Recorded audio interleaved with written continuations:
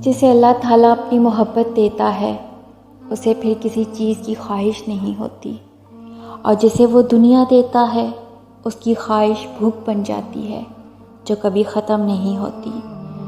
اے میرے پروردگار، تو دلوں کی بہت خوب جانتا ہے، ہماری پریشانیوں کو دور فرما، ہمیں دلی سکون اور اپنی محبت کا غلام بنا دے۔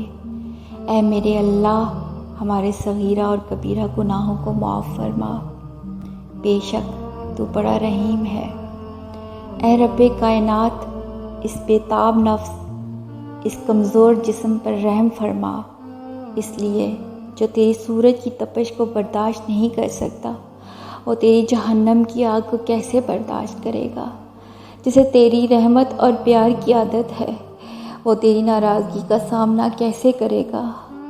یا الہی، یا الہی، ہمارے حال پہ رحم فرما اور کرم فرما اور ہم سب کو معاف فرما اور ہم سب سے راضی ہو جا۔ آمین۔